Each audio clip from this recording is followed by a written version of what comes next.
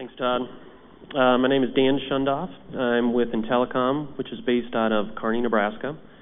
We're an IT services company. I've been in business for about 17 years. And the details and the background and the history or whatever you can find on our website. So I'll point you there. And I'll spend a little more time today talking about the impact that the EAS program had for us.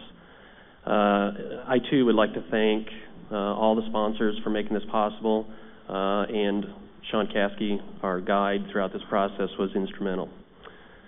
So I'm going to tell you about three key takeaways quickly, and then I'm going to try to wrap it up into some kind of succinct, sustainable exercise that we're going to go through over the next several years, and I think that'll draw a clear picture for you on what it is that we really took from this exercise. So one of the things that we went through was a StrengthsFinder survey, a really in-depth exercise that none of my management team nor myself had ever gone through.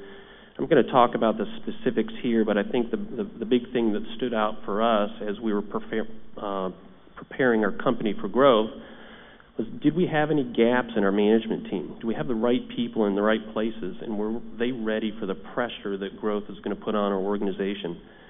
When you look at this chart in the four categories across the top, you see pretty quickly that two of the group have at least three of the strong areas, two of them have four, and one of us has all of them. So this was really a confidence builder for our management team to be able to sit down and say, you know what, I think we do have the right people in the right places, getting ready to do the right things. You use the same algorithm here. I'm used to being on top, but I got the second slot on this slide for some reason. The other thing that we took away that was really impactful for the group, and this would be organizational wide, was the clarity of the understanding around the value creation engine. And so when you take a manager and an employee and a customer, and you start to really look at that relationship and the level of engagement that you have, you understand, holy cow, we can do more. We can be more efficient. We can create more value. Not just revenue, but value.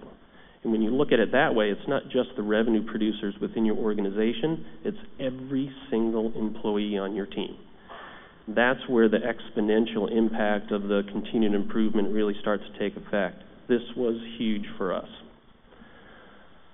The third thing, so we take all of that, the strength of the management team, the value creation engine, you really start to apply it to the machine, if you will, or the organization.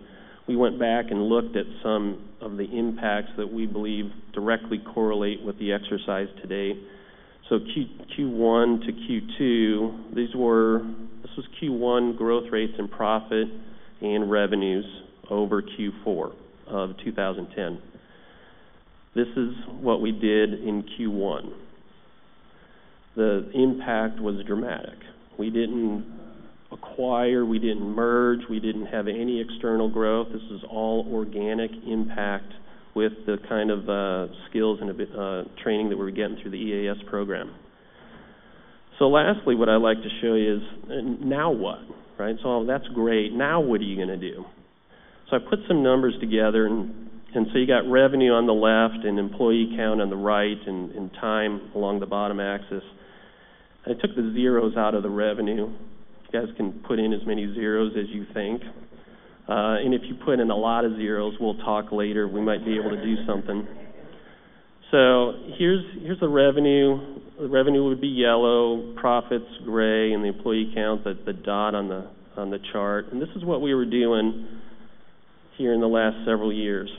We were doing good stuff, but we were really only tweaking the machine a little bit. We were a little more efficient, we're a little more revenue, a few less head count, and we're growing profits slowly. 2011, this is our forecast for 2011, actuals plus what we forecast for the rest of the year. So we really grew revenue, started in Q1 after we did this exercise, and we've been ramping up ever since.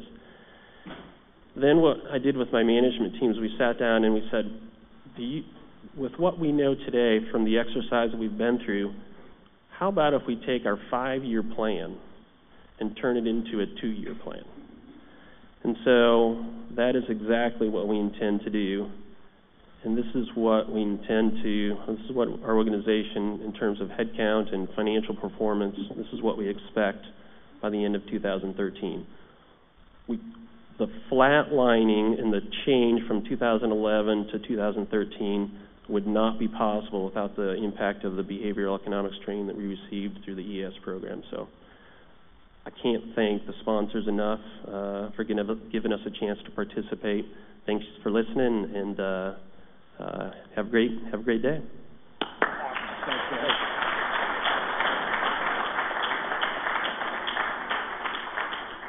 I'm going to spam that presentation throughout Capitol Hill. Is this being recorded? Sorry. David, you're up.